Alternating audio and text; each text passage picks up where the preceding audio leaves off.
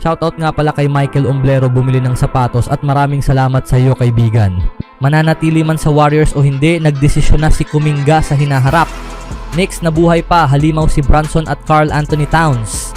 Ngunit bago ang lahat, kung gusto nyo ng pangmatagalang basketball shoes, New Curry 12, mabibili lamang sa halagang $2,599. I-click lamang ang link sa comment section. May option si Jonathan Kuminga na isaalang-alang ang mga offer mula sa ibang mga team habang siya ay nagiging isang restricted free agent ngayong taon. Nahirapan ang forward na mapanatili ang kanyang konsistensya sa laro dahil sa mga estratehikong galaw ni Steve Kerr na mas madalas siyang pinauupo sa bench. Sa season na ito, mas madalas na nalaro si Kuminga dahil sa mga injury ng mga veteranong manlalaro kaya kailangan niyang umangat tuwing kinakailangan. Ibinahagi ni Jonathan Kuminga kung babalik ba siya o hindi sa Golden State Warriors. Hindi pa natatapos ang medyo masalimuot na relasyon ni Kuminga sa Golden State Warriors. Sa katunayan, tila hindi ito tuluyang matatapos ayon na rin sa kanyang bagong mga plano. Pinatunayan ng batang forward ang kanyang kakayahan tuwing siya ay nabibigyan ng pagkakataon sa 2024-25 season. Mas madalas siyang naipapasok sa laro ngayong season dahil sa mga injury ni na Stephen Curry. Maraming espekulasyon na tuluyan ng lalayo si Kuminga sa Warriors, ngunit iba ang katotohanan. Ipinahiwatig ni Kuminga na maaari pa rin siyang manatili bilang forward ng Warriors sa darating na season. Tungkol sa kanyang kinabukasan, wala siyang malinaw na sagot. Ani niya, hindi ko alam. Alam mo, hindi ko alam. Kailangan ko pa itong pag-isipan. Hindi ko alam. Pero alam mo, hindi ko alam. Kailangan ko pa itong pag-isipan. Katatapos lang namin maglaro, isang araw pa lang ang nakakalipas, kaya sa totoo lang hindi ko pa naiisip ang anumang bagay. Sa kalaunan ng panayam, nanatili siyang hindi hayagan ang mga sagot at sinabi, gaya ng sabi ko, alam mo, hindi ko alam kung ano ang hinaharap. Alam mo, kaya kung ano man ang mangyari, marahil may dahilan kung bakit. Nagpapasalamat lang ako na narito ako sa pagkakataong ito. Alam mo, mahaba pa ang summer para ayusin at pag-isipan ang mga bagay. Ang kasalukuyang estado ni Kuminga ay isang restricted free agent. May option siyang isaalang-alang ang mga offer mula sa ibang mga team. Kaya naman, kailangang maging handa ang Golden State Warriors sa pagbibigay ng isang offer na hindi niya matatanggihan kung gusto pa rin nilang mapanatili siya sa kanilang koponan sa susunod na season. Pagganap ni Jonathan Kuminga ngayong season, ang batang star mula sa Golden State Warriors ay nagtala ng average na 15 puntos ngayong season. Kasama sa kanyang iba pang mga estatistika ang 5 rebounds at 3 assists bawat laro na may field goal percentage na 45.4%. Nang kailangang magpahinga ni Stephen Curry dahil sa injury, na ibigay ni Kuminga ang scoring na kailangan ng Warriors. Sa kanilang mga laban kontra Minnesota Timberwolves, namayagpag siya sa average na 25 puntos, 4 na rebounds at 1 assist sa huling 4 na laro ng Western Conference Semifinals. Gayunpaman, sa kalagitnaan ng season, bumaba ang kanyang scoring average sa 12 puntos bawat laro. Ngunit ito ay dahil na rin sa limitadong oras niya sa court matapos pumasok si Jimmy Butler sa lineup. Bukod dito, naging hadlang din ang kanyang dating injury sa bukong-bukong.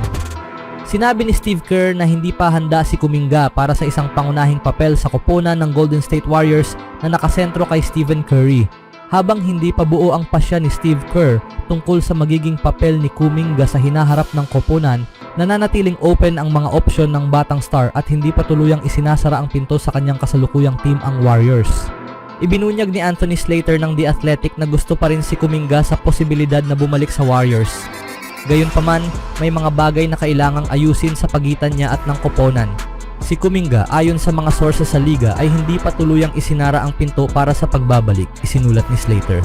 Hindi rin talaga pinapayagan ito ng restricted free agency. Ang Warriors ang may huling desisyon, anuman ang kagustuhan niya. Ngunit ang pagiging komportable niya sa ideyang ito ay nakadepende sa ilang mga salik at may isang buwang usapan at negosasyon na darating kung saan may mga magkakaibang layunin ang mga sangkot. Anong masasabi niyo mga kaibigan kay Kuminga? Ngayon ay pag-usapan naman natin ang Game 5 ng Eastern Conference Finals sa pagitan ng New York Knicks at ng Indiana Pacers. Sa panimula pa lang ng laro, parang ipinakita ni Jalen Brunson na ayaw pa nitong magbakasyon.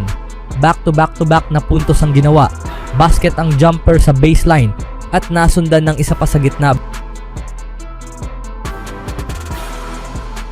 bago sumunod ang isa pa sa kabila over sa Pacers defender.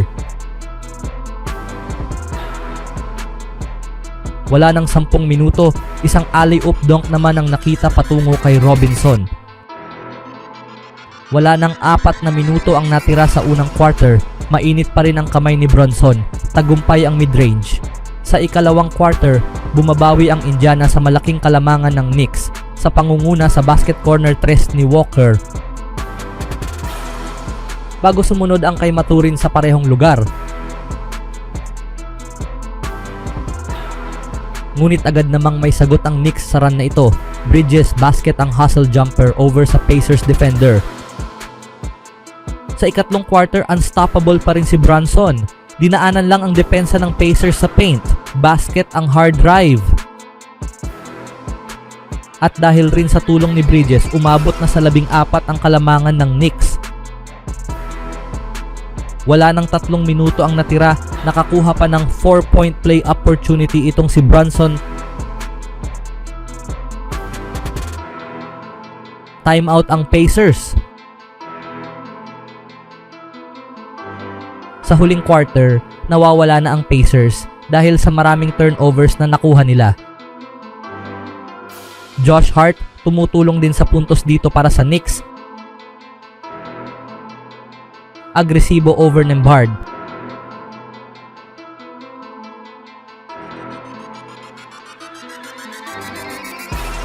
Habang sa Knicks naman ay nahirapan makapuntos sa pagkakataon na ito.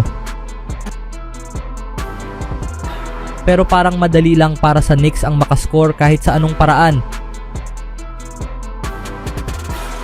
Timeout ang Pacers.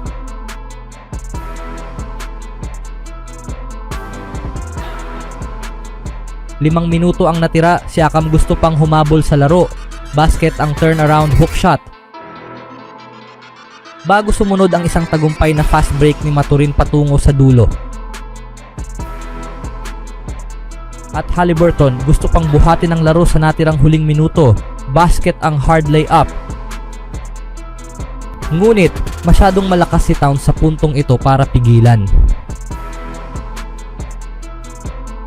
Tagumpay ang atake sa basket at may kasama pang foul.